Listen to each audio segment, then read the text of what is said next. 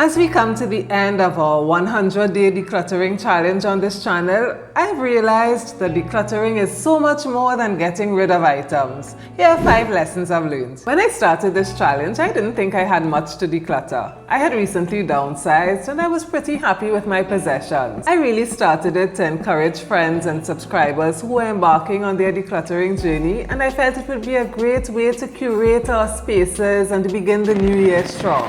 But we are now at day 93 or 94, and I have found at least one item to declutter every single day. So I've learned that decluttering is a lifelong process. To enjoy a curated space filled with items that we love, we must form a habit of maintaining a clutter-free environment. As our friend Barbara said at the start of the challenge, I've realized that it's about seeing our space from a fresh perspective, looking at our things with new eyes. We spend a lot of time in our homes, so we get accustomed to the way things are. Sometimes it can be helpful to enter your space as if you were a guest coming in for the first time. Have you ever tried that? Every time I go to my closet or open a drawer or look at my bookshelf, I think, which of these items is no longer serving me? I've come to value my space so much that I easily get rid of any items that adversely affect my peace of mind. So beyond this challenge, let's commit to a clutter-free life. The easiest way to do this is to schedule regular decluttering sessions in your calendar. These could be weekly, monthly, quarterly, or even annually, depending on your needs. Having a schedule means that things are not going to get out of hand. Decluttering is a learning experience. It reveals to us so many things about ourselves. It's an opportunity to reconnect with yourself, to discover yourself again, and think of your values, preferences, and priorities. You may have been holding on to items out of guilt, or maybe you have a scarcity mindset and you keep them out of lack or fear. Or holding on to memories and fantasy self items may be a form of self-sabotage. So when we declutter, we identify our priorities. Is a peaceful, sparse space important to you, or do you prefer to hold on to a few items just in case? Are you okay spending time looking after your many possessions, or would you like to free up some time to spend with your family and friends? If we pay attention to the lessons that come up while decluttering, we can avoid or minimize clutter in the future. For example, that dress you've had in your closet for 5 years but have never used. Is it a good fit for you? Is it suited to your current lifestyle?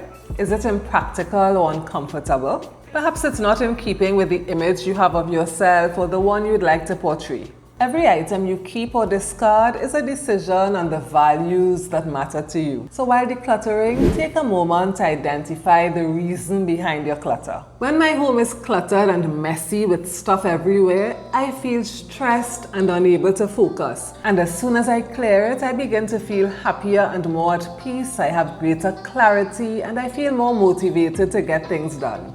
You can't live your best life if you feel stressed out in your own home. So for me, decluttering is an act of self-care. Our home is our haven, and as Peter Walsh says, your home should be the antidote to stress and not the cause of it. Do you find that after decluttering, you're less inclined to purchase or acquire new stuff? Decluttering has affected my shopping habits. I've always enjoyed shopping, but have made some unwise purchases through the years. After decluttering so many items that I've never used, now I think twice about bringing anything new into my home. And this also applies to free items. I think, where am I going to put it? Am I really going to use it, or will I just declutter it down the line? Do I already have something similar? Is this new item exactly what I want? Sometimes I wait for a week or 2 before purchasing just to be sure. So the 4th lesson is that decluttering has made me a more intentional shopper. As the saying goes, you never have to throw away that which you never buy. Do you consider yourself a minimalist?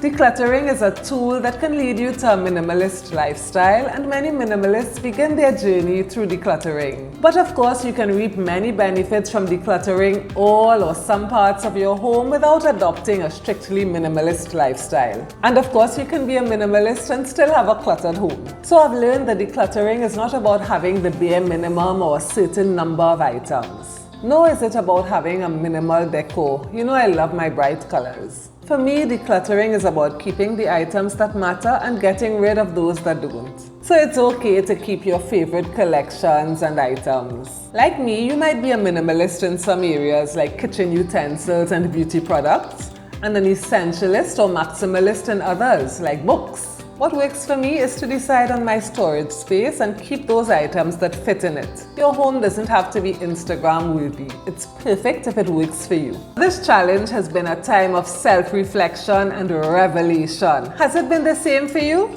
I'd love to have you share your key takeaways in the comments. It doesn't matter if you haven't quite met your target.